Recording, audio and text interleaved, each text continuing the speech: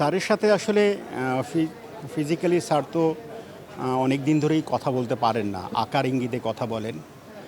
গতকালকে স্যার একটু সুস্থ হয়েছিলেন। স্যার প্রায় কমার দিকেই চলে গিয়েছিলেন। রাত্রে কিন্তু মোটামুটি আমরা রাত্রেও কিন্তু আমি কথা কথা বলেছি ভাবির সাথে এবং সবার সাথে কথা বলেছি।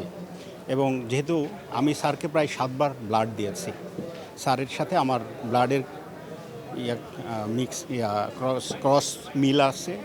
এবং ন্যাচারালি ৪ মাস পর পর এমনি তো স্যারকে সবসময় ব্লাড দিতে হয়, আর আমরা কাছের লোক, স্যার তো অনেক দিন ধরে অসুস্থ। সো কালকে যখন একটু আমরা মানে আশান্বিত হয়েছিলাম যে না স্যার আবার একটু সুস্থ হয়েছেন। সো স্যার কিন্তু ৭-৮ মাস আগে শুধু কথা বলতে পারতেন, এবং উনি তো কিন্তু কথা বলতে চাইতেন আমাদের সাথে। আমরা আসলেই উনি আশা জাগিয়ে নিয়ে কথা বলতেন। উনি তো খুবই শক্ত মনের মানুষ, বুঝছেন? মৃত্যু নিয়ে তার কোনো তো ভয় ছিল না। সো কালকে যখন হলো, তখন আমরা চিন্তা করলাম যে না, স্যার আবার ফেরত আসছেন আমাদের মাঝে। কিন্তু সকালবেলায় তো 8:30 শুনলেন যে স্যার আমাদেরকে কাঁদিয়ে সেই অপারে চলে গেছেন। আমরা যে দেখতে পেরেছি, আমরা আসছি।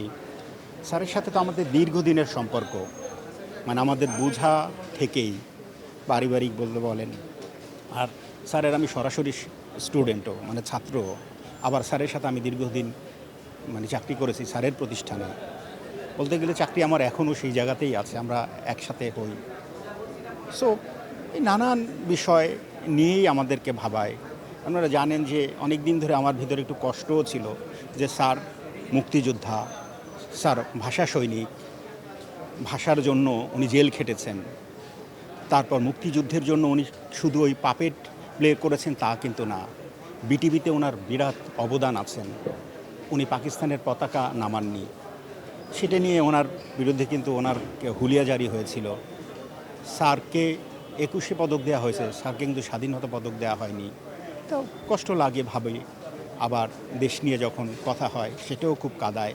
তো স্যার এমন একটা সময় আমাদেরকে ছেড়ে চলে গেছেন এবং জেনে গেছেন দেশের খুব ভারাক্রান্ত সময়, মানে যেখানে আমরা কথা বলতে পারছি না।